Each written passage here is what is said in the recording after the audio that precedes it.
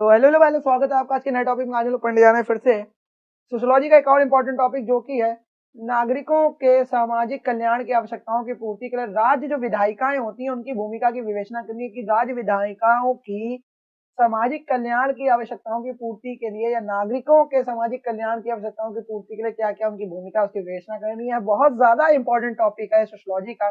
चलिए शुरू करते हैं इस टॉपिक को। नागरिकों के सामाजिक कल्याण की आवश्यकताओं की पूर्ति में राज्य विधायिकाओं की भूमिका की विवेचना करनी है।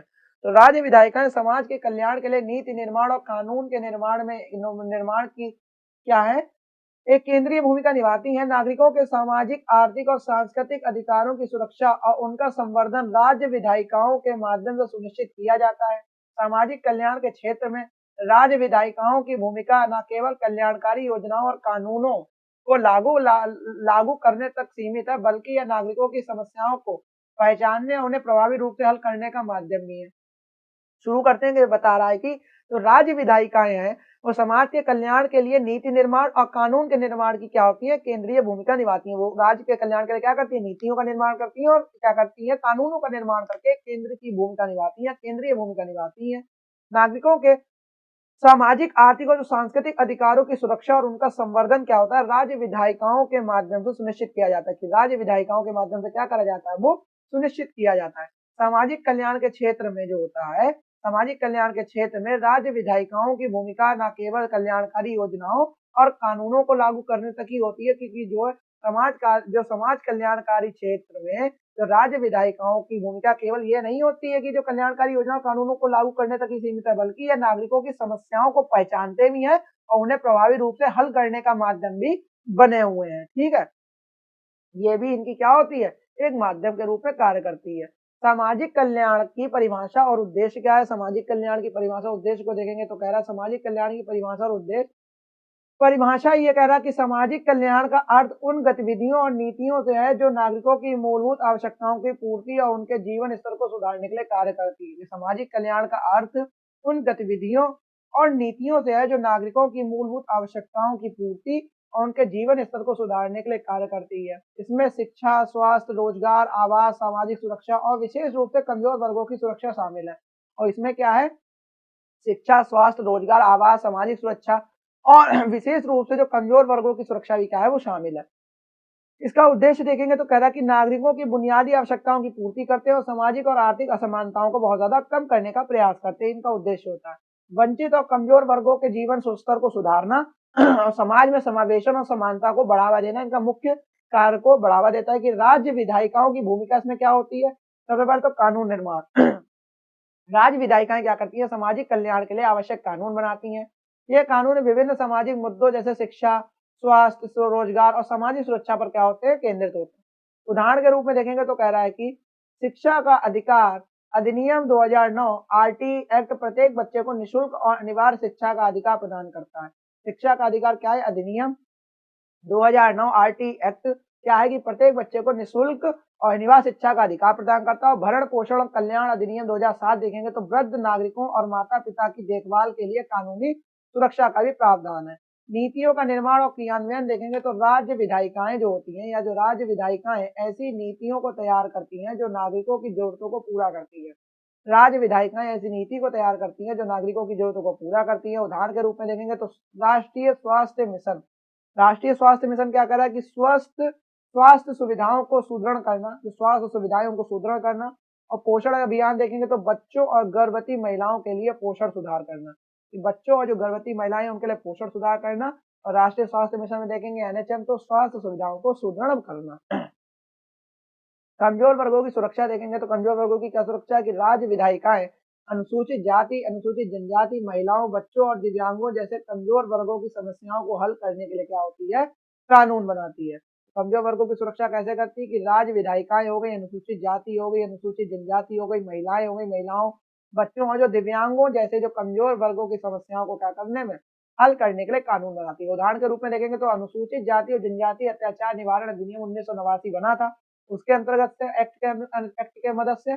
और दिव्यांगजन अधिकार अधिनियम 2016 वाला उसके एक्ट के मदद से इसकी क्या करती है, सहायता करती है, कमजोर वर्गों की सुरक्षा पे ध्यान भी देती है। राज्य की जो विधायिकाएं होती हैं, रोजगार और आजीविका के अवसर प्रदान करती है। राज्य विधायिकाएं बेरोजगारी को कम करने और रोजगार के अवसर बढ़ाने में महत्वपूर्ण भूमिका निभाती है और कानून बनाती है। उदाहरण के रूप में देखेंगे तो कह रहा है कि महात्मा गांधी राष्ट्रीय ग्रामीण रोजगार गारंटी अधिनियम मनरेगा 2005 आई थी, और कौशल विकास और उद्यमशीलता योजना क्या आई थी, जो इसके अंतर्गत रोजगार और आजीविका के अवसर को प्रदान करती है। स्वास्थ्य सेवाओं का विस्तार देखेंगे तो स्वास्थ्य सेवाओं का किसमें विस्तार हो रहा है, स्वास्थ्य के क्षेत्र में विधायिकाएं कई महत्वपूर्ण कानून और योजनाएं लागू करती हैं। स्वास्थ्य के क्षेत्र में जो विधायिकाएं होती है वो कई महत्वपूर्ण कानून और योजनाएं लागू करती हैं। उदाहरण के रूप में देखेंगे तो आयुष्मान भारत योजना और टीकाकरण और सार्वजनिक स्वास्थ्य अभियान इसमें बहुत ज्यादा इंपॉर्टेंट है। सामाजिक सुरक्षा का प्रावधान देखेंगे तो सामाजिक सुरक्षा योजनाएं जैसे पेंशन, बीमा और न्यूनतम मजदूरी नागरिकों के कल्याण के लिए क्या है, आवश्यक है। सामाजिक सुरक्षा योजनाएं जैसे कि जो पेंशन हो गया, बीमा हो गया, जो न्यूनतम मजदूरी हो गई, वो नागरिकों के कल्याण के लिए क्या है, बहुत ज्यादा आवश्यक है। उदाहरण के रूप में देखेंगे तो प्रधानमंत्री श्रम योगी मानधन योजना देखेंगे, और उसके बाद इसके अंदर भी उदाहरण है वृद्धावस्था पेंशन योजना, वो सामाजिक सुरक्षा का प्रावधान देती है। आगे चलते हैं तो कह रहे हैं महिलाओं और बच्चों के कल्याण के लिए प्रयास करते हैं विधायिकाएं। क्या जो राज्य विधायिका होती है महिलाओं और बच्चों के लिए विशेष कानून और योजनाएं बनाती है। उदाहरण के रूप में देखें तो महिलाओं का संरक्षण अधिनियम 2013 बनाया था, और बाल श्रम को निषेध कर दिया था, चाइल्ड लेबर को बिल्कुल ही निषेध कर दिया था, वो एक्ट भी बनाया था इसके अंतर्गत। आगे चलते हैं तो सामाजिक कल्याण के क्षेत्र में राज्य विधायकों की प्रभावशीलता क्या है। पहले तो सकारात्मक पहलू देखते हैं। सामाजिक समानता को बहुत ज्यादा बढ़ावा दिया है, सब लोग समान है। कमजोर वर्गों के लिए आरक्षण और विशेष योजनाओं के माध्यम से सामाजिक समानता को बढ़ावा दिया है। कानूनी सुरक्षा को देखा है कि सभी नागरिकों को उनकी अधिकारों की कानूनी सुरक्षा प्रदान करी है। जीवन स्तर में सुधार हुआ है, लाइफ स्टाइल में सुधार हुआ है। शिक्षा और स्वास्थ्य सेवाओं के माध्यम से जीवन स्तर को सुधारने का प्रयास करती है राज्य विधायिका। चुनौतियां और सीमाएं देखेंगे तो कह रहा है कि क्रियान्वयन में बहुत ज्यादा कमी होती है। कई कानून और योजनाएं कागज पर ही रह जाते हैं, वो लागू ही नहीं हो पाते हैं फील्ड में। भ्रष्टाचार और राजनीति में हस्तक्षेप बहुत ज्यादा होता है। हस्तक्षेप कल्याणकारी योजनाओं में संचालन में भ्रष्टाचार बहुत ज्यादा है, हस्तक्षेप बहुत ज्यादा है। संसाधनों की कमी बहुत ज्यादा है, ठीक है। रिसोर्सेज की सामाजिक कल्याण के लिए पर्याप्त वित्तीय और मानव संसाधन ही उपलब्ध नहीं है, तो क्या काम हो पाएगा।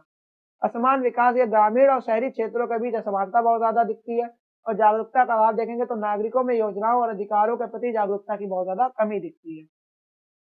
आगे चलते हैं तो सुधार के लिए सुझाव देखेंगे तो कानूनों का सख्त क्रियान्वयन, योजनाओं और कानूनों को प्रभावी ढंग से लागू करने के लिए एक मजबूत निगरानी तंत्र। योजनाएं हो गए जो कानूनों को प्रभावी ढंग से लागू करने के लिए एक मजबूत निगरानी तंत्र, इसके अंतर्गत देखा जाता है कि कानूनों का सख्त क्रियान्वयन होता है।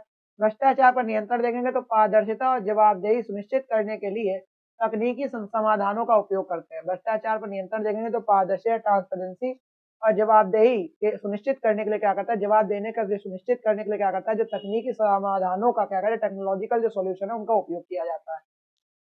सामाजिक जागरूकता अभियान देखेंगे तो नागरिकों को उनके अधिकारों और योजनाओं के प्रति जागरूक करना, ये उसका कर्तव्य होता है, उद्देश्य भी होता है ये। और ग्रामीण क्षेत्रों का विशेष ध्यान देना चाहिए। ग्रामीण क्षेत्रों में स्वास्थ्य, शिक्षा और बुनियादी सुविधाओं का विस्तार करें, ये सुझाव है। सार्वजनिक निजी भागीदारी देखेंगे तो सामाजिक कल्याण कार्यक्रमों में निजी क्षेत्र की भागीदारी को भी बढ़ाना चाहिए, जिससे क्या हो, विस्तार हो हर चीज का।